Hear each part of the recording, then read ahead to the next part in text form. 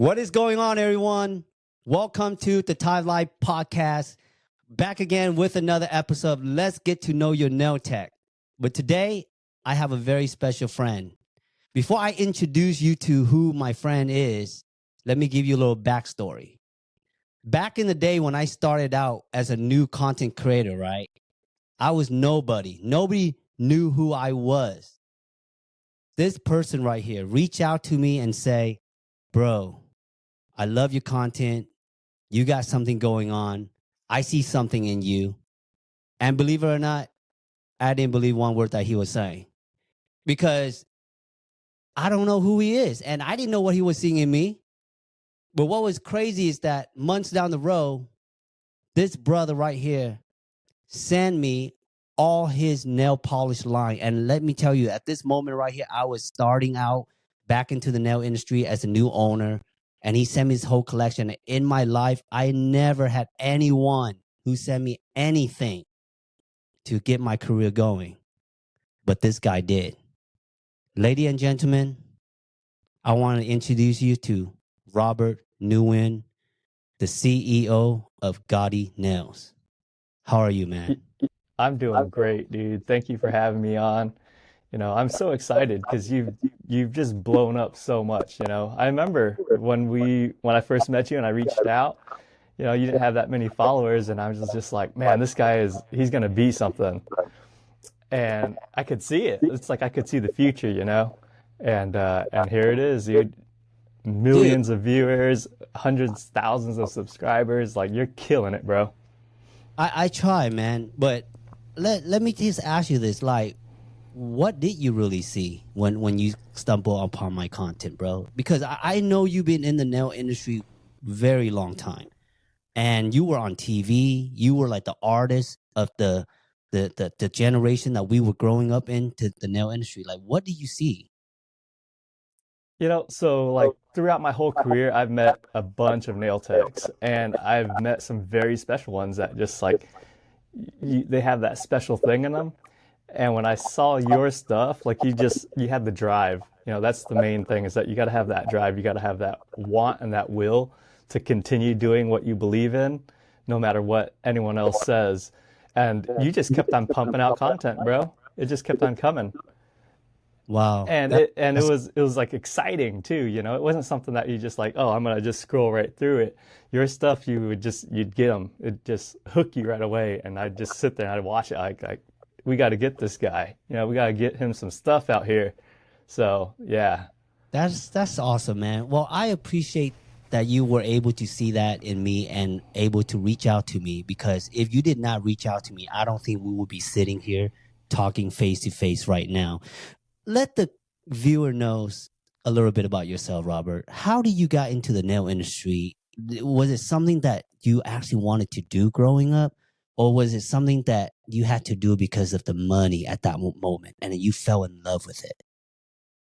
So I mean, I think like for most young boys, it's not in their mind to like, oh, I want to do nails. I want to do nails growing up, Yeah. It was always like, hey, I want to be a policeman. I want to be a firefighter. I want to do this. So it wasn't until like high school where my brother was working in a nail salon, and my mom got him into it. And so after school, I would drive by the nail salon and I'd go in there every day and I'd just hang out with him. I'd see his clients. I'd see him interacting with them. And then by the time I went to college, I really didn't know what I was doing. I didn't have a clear sense of direction of where I wanted to go. And so my brother was like, why don't you try doing nails? And that's kind of like when I signed up for nail school. Him and we like would sit in the garage every day and we would practice doing nails. And eventually, I got my nail license and stuff like that. And the funny thing is, like, a lot of people don't really know how I started. They always thought I like was born inside the OPI warehouse or something, and I just like started working there, which is kind of how it was. Well, tell us about that. As soon as I got my nail license, actually, the way it really started is like I was doing nail competitions all around the world before I got my license. So as soon as I got my license, OPI was like, "Hey, we want you to come work for us. We want you to come and educate." And so I joined their team. There was this. This was back in like 2005, Wow. and That's when I started. yeah, that well, there you go. It's been a while, dude. We've been doing it for a long time. Oh, So he, pretty much I started on this A team, and it was a group of 6 Vietnamese nail techs, and this had never been done before. You would never see a Vietnamese educator. It was always like just Caucasians going out educating and stuff like yeah. that. Yeah. So it was a very special group, and we were sent out there to kind of like help out the Vietnamese nail industry because we had a really bad rep at the time. Just like chop shops and that Yeah. sort of thing. Uh-huh. And then you join these competition, and then how do you know about these competition that you join? Like you were getting your license, and then all of a sudden you've been doing that. Like, how do you know about that, and how do you have the courage to be like, I want to do this, I want to join this competition? So it really helped out that my brother was already doing it, right? He did 1 or 2 competitions before I started joining them with him. And at the time, everything was all on magazines. So we would get these nail magazines like Nail Pro, Nails Magazine, Viet Salon. We would get these magazines in the mail, and there would be trade shows listed in there, and it'd tell you about the nail competitions that were going on. And there was internet then, it wasn't that far back, but there was the internet. But that was So you go on, yeah. So you go online and you like sign up, or you find out where it takes place and check out the rules and all of that, and you get yourself there. How was the competition like back then? Like, was it very competitive? How was the art? Like, what was the art that you were doing Dude, that was wowing people?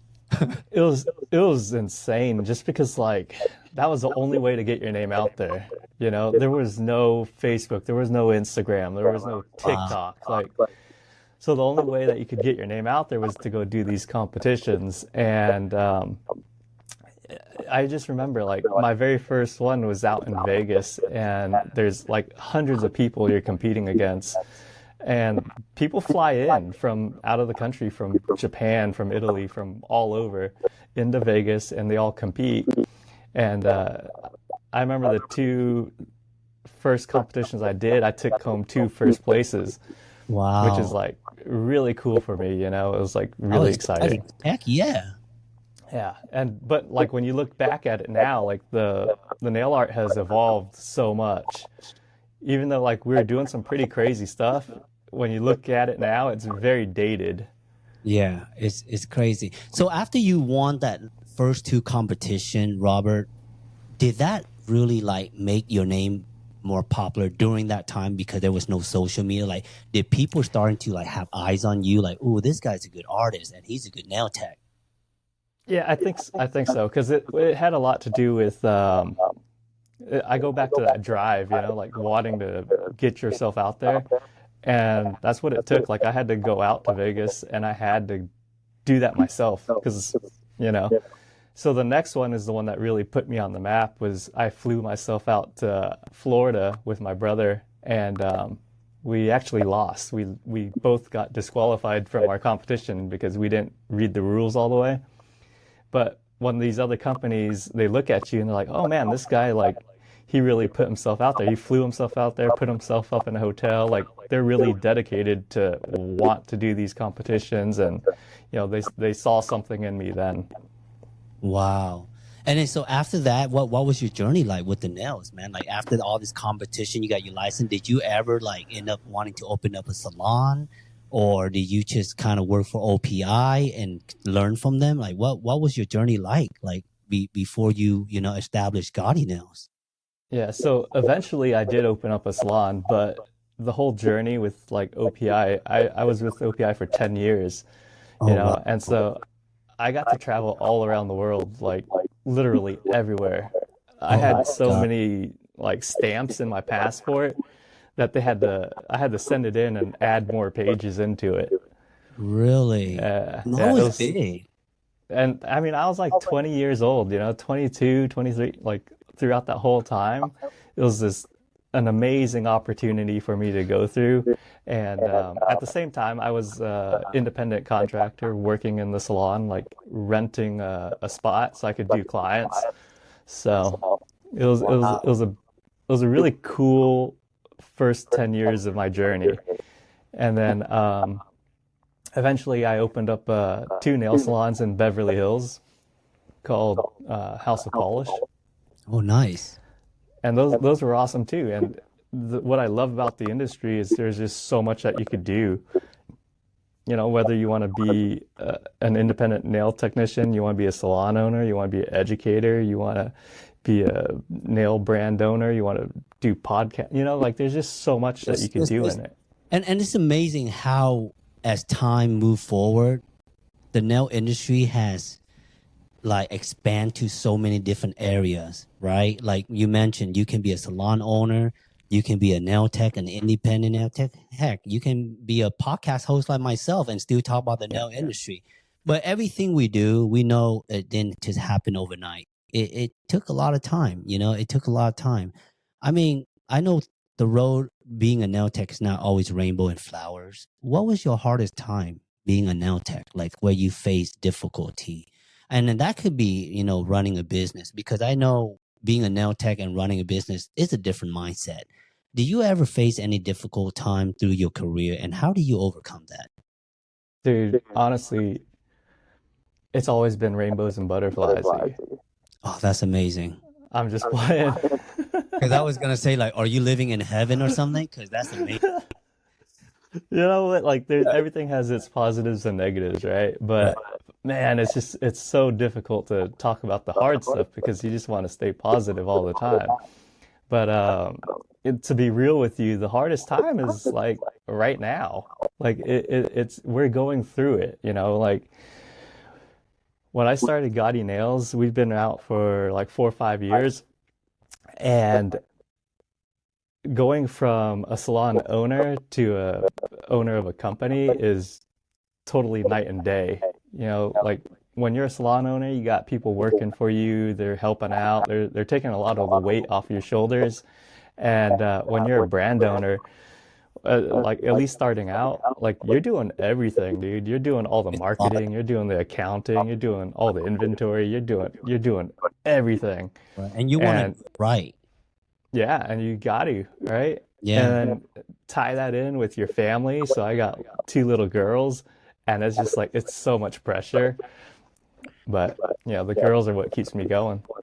But it is a lot of pressure, man. Like I know exactly what you described, because I also have my own brand, and now that I have my own brand, I put myself in your shoes, and it is hard. I mean, like any business, there's ups and there's down. But what's hard is that we want to be there for our kids, we want to be there for our family, we want to be there for our wives, but at the same time, we want to keep the business floating positively too, and that is like a lot to do. And how do you manage throughout your day to stay so positive, to motivate yourself that things can get better as you move forward? Dude, like for me, yeah, like what's your daily life to keep yourself pumping out positivity, Yeah, no, it's hard, bro. But like for me, my drive are my girls, and so every day I drop them off at school. I go into the warehouse, I pack the orders, I do all my stuff, and then I pick them up every day, with my wife. I want to be there for my kids, and that's the most important thing to me, are my kids. I don't really. It's not that I don't care about the business. Of course, you want the business to grow. Your business is like a little baby on its own. Absolutely. But that can come and go. Correct. But my kids themselves, man, like it's all about them. I know exactly what you mean, bro. Because like but you're right. But I think your perspective is on point, because when you just focus on the business, you have to give us so much time away from your family, your kids, right? And even if you put in so much time with your business, sometimes it might make any difference. It just kind of goes up a little bit, one notch, right? But the time that you spend with your kid is like in their core memories, and they remember Yeah. that. And at the end of the day, man, like you and I, we're both dad. Whatever we are building right now, we're just doing it for our kids. We want our kids to know that their dad did this, and we're gonna try to give you this. It's a lot, man. The responsibility is high. Oh, for sure, dude. But like the time that I am able to spend with them Yeah. because I have the business, that's why I do it. Isn't it amazing? It's Yeah, like yeah. to me, like I see exactly, like sometimes I'll be honest with you, there are days where like my business is not that great, right? But at the end of the day, it's like, well, what more do I want? I get to spend time with my kids. I get to be with my business. It's and not a lot of people have that kind of luxury. And Yeah. that's a blessing. Like sometimes I just have to think myself very simple, bro, just to like Yeah. really humble myself and not be too overwhelmed with things are not moving the right direction that as you want, right? Yeah. I mean, like when you go pick up your kids from school, right? Yeah, You see these other parents. There's some parents that can't pick them up. exactly. There's some kids that get left behind. Like they stay there until like 5 o'clock. They Yeah. get dropped off early, and they don't get to see their parents all day. The Right. whole like they're at school more than they are with their parents. Yep. And it's sad, like you don't get to spend that time with them. And I just love my kids. Like I want to spend all the time I can with them. And that's the give and take, dude. I come to realize that because when I speak to a lot of people who has like a lot of money, they work for it, but most of the story that they ever tell me about their kids, like, oh yeah, we work a lot, we didn't get to spend a lot of time with them. And that story is so repetitive, bro. Like I hear all the time. And then when I hear that, I just reflect on myself like, I'm pretty lucky, man. Like, I might not have the money, or I might not reach the goal that I want yet. But in the meantime of me getting towards my goal, it's like, well, I get to see my kids every day. Like you mentioned, you get to pick up your kid. And it's such a blessing. Just sometimes we just have to think how simple life can be. And Yeah, that's the precious part, right, bro? absolutely. You take a lot of things for granted. You do. Everyone is just trying to be on that rat race and try to get all the coin you can get. I see But that. at the end of the day, the most important things are your family and your friends. I agree with you, man. So let me ask you this: how did you come along with this Gotti Nail stuff? I know you got your salon, you had some experience working with the OPI company, and tell me about the journey of Gotti Nails. I mean, I love your polish, I love your top coat, and every time I use your product, man, it just makes me feel like it's so much quality in it, especially your light, your lamp. What I love about your lamp is that I have a tendency to forget to turn off the lamp, and your lamp turn off by itself. Yeah. And I think that was like my most favorite thing that I love about your lamp, because there's a lot of lamp out there. You leave it on, you forget to turn it off, it just drains the whole battery. Yeah. Your shit So just like, by itself. yeah, after 10 minutes, the light will turn itself off just so that it can conserve that battery life. But, so like I got to work with some really great brands out there. I got to work with OPI. I got to work with Color Club. I got to work with Entity. Like these are huge companies and corporations, and they've got a ton of money. And part of my journey was like I would do new product development, and I would see like these different formulas that would come in, and I would test them all, and I'd be like, wow, this one's like really good. This top coat is amazing, like, or this gel polish is amazing. Like, why aren't we using this, right? Like we should use Right. this in our formula. And if I approve it, it's one thing, but then it goes down the chain of all of these other people. Marketing has a look at it, Right. the Usually that's finance. yeah. It goes through so many loops until it gets approved. And so I might see something like gel color. I'd be like, okay, yeah, I'm good with that. Like nail techs are gonna love this, and then it never gets made. it was too expensive. It was too this. It doesn't, we can't market it a certain way, whatever. So I'm like, it just happened, and I would keep on seeing it, and I'm like, man, why can't we deliver something really good to the nail technicians, and it's right there, like it's available, but we're just not giving it to them. Right. So that's when I wanted to start Gotti Nails. It's like, okay, like we'll source out, the really good stuff, no matter what the price of it is, and we'll deliver it to nail technicians so that they have the quality products that they can work with. That was like the whole driving factor of Gotti Nails. And so, like you said, like things with like our top coat, our gel colors, they're highly pigmented. The top coat is extremely shiny. The light, there's just like so much innovation in those things that other companies just look past and just don't bring it to light. I agree. My client love your product. I mean, the gel base, top coat, cat eye, everything that Gotti Nails produce, and every time I use it on my clients, they always give me a wow factor.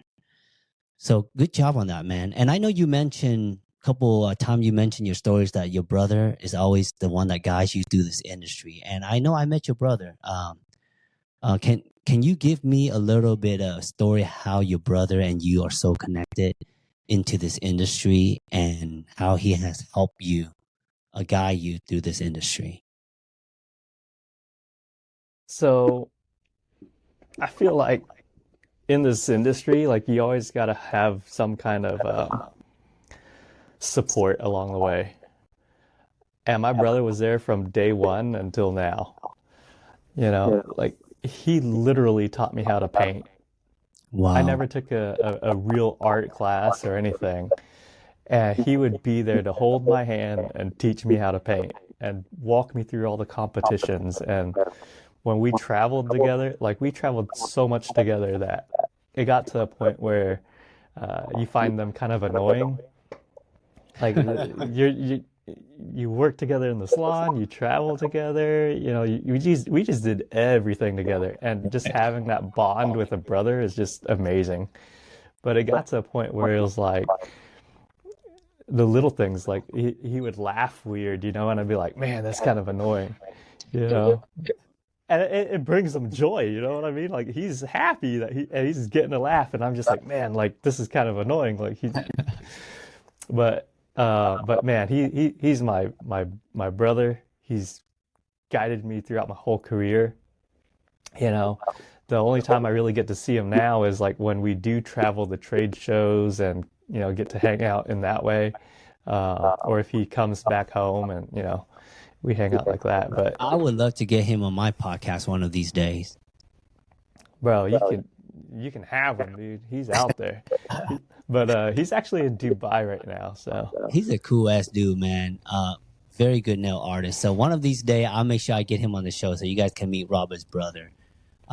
This man has a lot of history in the nail industry, so definitely he's a good man to have on. Robert, what is your plan now, bro? What is your plan, future plan? I know you want to spend time with your kids. You have anything fun going on for the nail industry coming up? dude. So I have 120 colors, right? Yeah, And I got it in three different formulas. So I got it in gel, I got it in lacquer, and I got it in powder. right. I'm trying to bring another 120 colors to the line. Wow. I And can't wait. bro, it's so much work, but it's just like I can't people wait. have been asking for it, dude. Yeah. They've been wanting it. So yeah, I just got to put in the time and make it happen. If So you I guys think, have not used Gotti Nails product or polish top coat, please get your hand on it. I mean, their product is so beautiful. Your client's gonna love it. That's all I gotta say, because every my clients love it. no, thank you, dude. It means a lot, dude. But we're trying to do another 120 colors. So launching that, there's just so much work that goes into it. and people have been asking for a really long time. So we just got to do it. So I'm trying to launch it next year, like Q1 of next year. Nice. Now, are you guys kind of prepping for the holidays at this moment too? Do you guys get a good rush during the holiday? And any promotional coming up so the viewers can be ready for it if they want to get some Gotti product? Yeah, so we're gonna have a big Black Friday sale, which we always do, right? And then we'll probably do a Christmas sale as well. Um, and then maybe we can give them like a promo code if they're listening to this podcast. What do you think? Yeah. Well, if you are if you can give them a promo code of X amount, I'll leave it in the description. So if they're interested, they can get the product for you. Yeah, why don't they use like promo code Lyfe? Yeah, let's do Thai Life. What? How 15? 15 what? 15%? Yeah. Or is that too low? Or is that too high? That's too low, dude. Let's give them 40% off. There you have it. You guys heard the man. 40% off. Thai Life 40? Lyfe 40. Let's go. Thai Life 40 it is, guys. Make sure you guys go on to GottiNails.com, right? That's right. And make sure you guys get the product. So what we're going to do, Robert, real quick, is we're going to do some rapid questioning. And I'm going to ask you really fast, and you just have to answer without thinking. It's going to be a yay, a nay, or you can just blur out things how you feel about certain situation. You ready? All right, let's do it. All right. How do you feel about duck-shaped nails? No. How do you feel about long extended nails? Yes, that's fine. Short nail with crazy design on it. That's fine too. Clients not tipping. Oh hell no! You better tip your nail techie. Clients complain about Nailtech rushing too fast. I think that's not okay. So what about when clients doesn't want to pay because they're not happy with their service? Bro, you gotta pay. Just don't come back. How do you feel about 1-star review? Nah. Well, if it's a bad service, yeah. How do you feel about when clients coming in and they want so many service for not enough time? Nah, you got to book that in advance. You know, we're all working on time. You got to book in advance. Any advice that you want to give to the Nailtech, Robert? Oh man, there's just so many advice, you know. But is it just one? Am I just doing one? You can give multiple advice.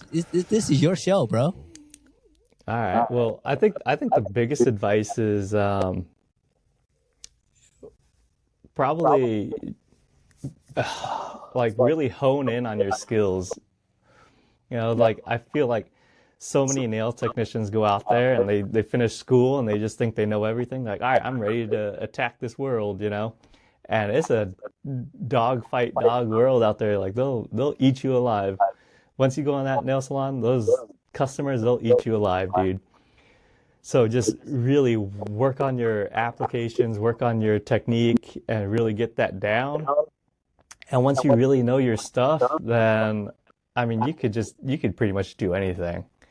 And then just really like don't stop fighting, you know, just keep on believing in yourself and just keep on getting anything that you ever wanted, really. It's just like you gotta just go out there and believe in yourself.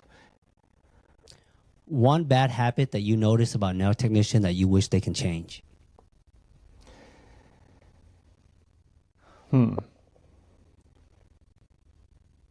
Take your time.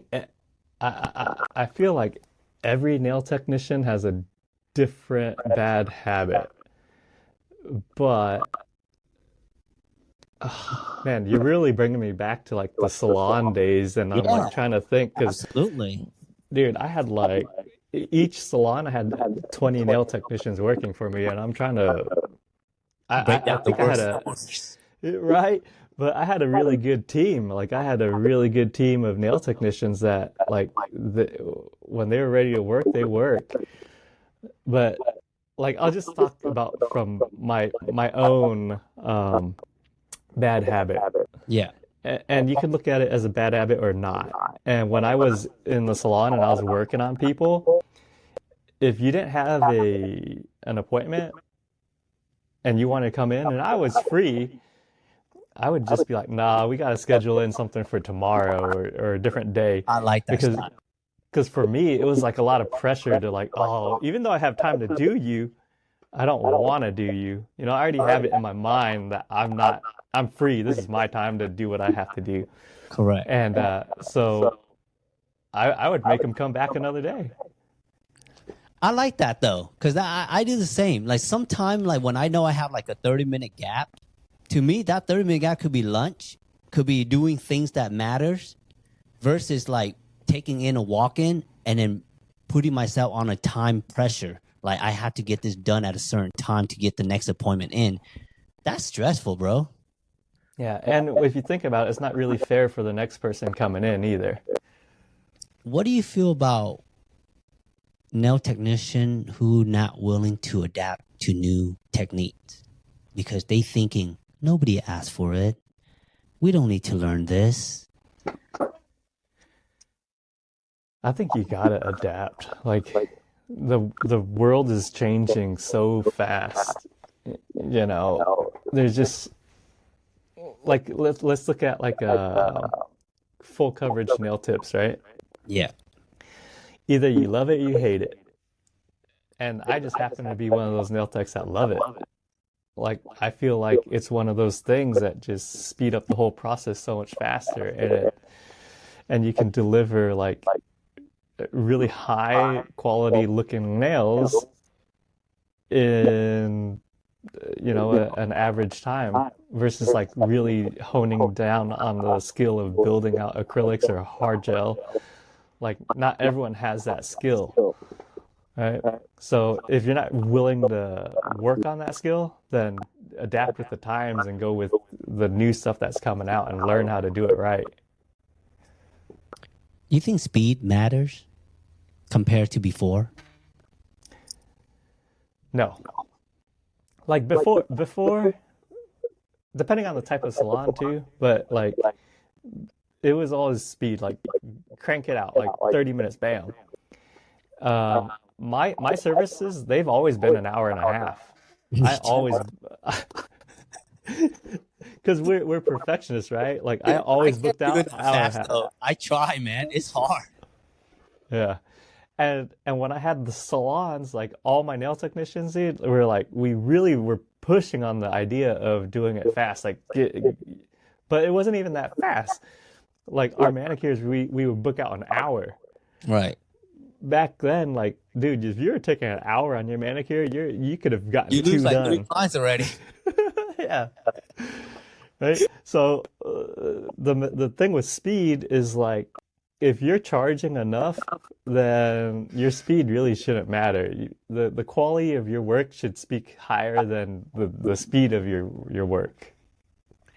Man, that's amazing, man. You know, when we talk about how nail tech used to be versus now, it's like day and night, man. It's like we become more like an artist, not just like shaping and acrylic anymore. Back in the day, it was literally shape, polish, and you're done. Now, I mean, we got different technique, different texture of nails that can be applied for certain type of steps. I mean, as a brand yourself, is it hard to develop things that is moving so fast?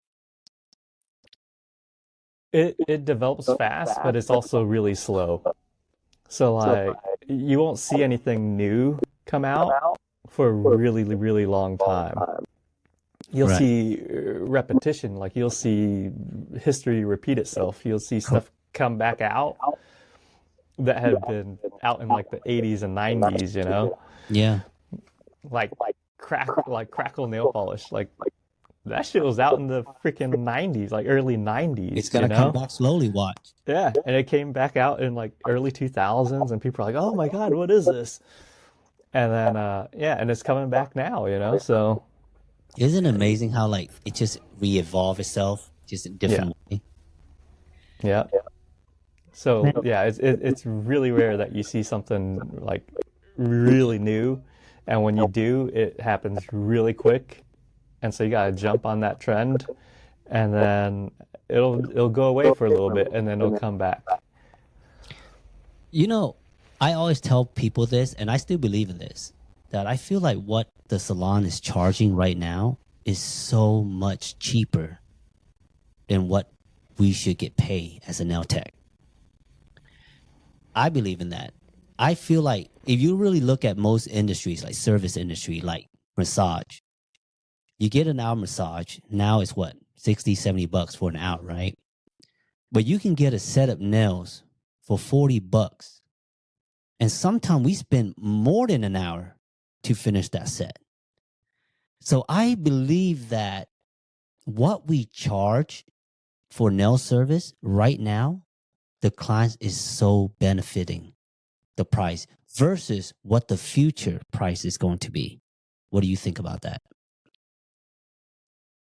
So when I first started like educating for OPI, I felt like the prices were extremely low. Like you had like $15 full sets.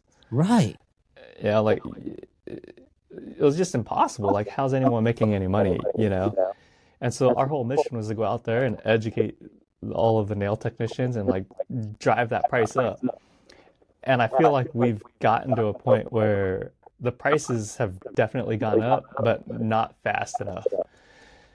And that's part of it because you do have like those really high-end nail technicians or those nail artists that are charging, you know, $100, $150 a full set, right? And it might be 1 in 1,000 or 1 in 10,000 nail technicians that are charging that. But at least like that is put out there so that the average nail tech can kind of like see it and like, wait a minute, like it's motivating, you know, like they see it and like, wow, okay, like they're charging $150 for that. Like I could do that. Well, why am I not charging that much? So and I can see that because of the salon too. Salon ruins that, you know. So many salon competes based on price versus quality of service. Yeah. Well, like when like I had my salons, it was built very different. You know, it had a very high-end feel to it. I don't know if you ever saw pictures of it or anything. I haven't. I'll have to send them to you. Yeah, send it to me. Yeah, but it's like a very high-end feel. The prices were reasonable. You know, time wasn't an issue, and our clientele was just massive because we built off of the platform of, you know, giving them high-quality nails, and they didn't feel rushed. And nowadays, I feel like a lot of the nail salons are starting to go in that route. Like I can see that.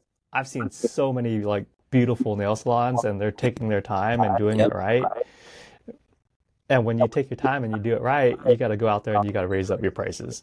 Correct. You know, you can't give these services where it's like, oh, like I'm gonna give you a mimosa and I'll give you a beer with your service or whatever. And it's on the house. Yeah, and you can't charge for it. You don't have an alcohol beer license, you know? So you got to just give it away. But you're offering a very high-end experience, but the price isn't there yet. So as a whole, everyone just needs to raise it up. I agree. So y'all listen to this podcast, better start increasing your price. And clients, y'all need to take advantage while the price is still low. Trust me. What you're paying for nails right now is bargain. Yeah, I feel like as the industry evolves, like we're gonna get a lot more nail artists and like people that really dedicate into that craft. Because like the generations were very different. Like my Correct. parents, your parents, they all struggled. You know, they came over here, they didn't know anything, and Correct. so all they had to learn was how to do nails and do it fast. Correct. They had that mindset of like, the more I can do, the more I can feed my family, the more I can get done. And that's okay at that moment. Yeah. Yeah. And like, if you look at it now, like our generation, we're looking at it like, okay, like I can put a lot of love into this and charge more money, Yep. you know, and the clients are out there. There's people that want to have beautiful nails. And they want good service because they don't want to Yeah. be rushed. They, it's almost like they go into the salon to want to stay. The goal is to have them stay, because the longer they stay, they might add on different type of service. Right. I guess the best way I could put it is like there's different strokes for different folks, right? Some days you might want to go into McDonald's and get a quick meal. Some days you might want to go into a really nice restaurant and enjoy yourself. And that's You know, it. and so there's a salon for you if you want to go in and just get rushed and get that cheap service, or if you want to go and get pampered and really get that full experience, and it should be there for you too. Wow. Robert, thank you so much, man. I appreciate your time just talking and sharing your knowledge. And I would love to have you back here on the show just to share more of your knowledge, because we can talk on and on about this industry. Well, I'm here anytime you need me. Thank you so much, man. And you guys, make sure to go on to GottiNails.com. Thai Life 40% off on Gotti Nails product, yo. Just special for this podcast.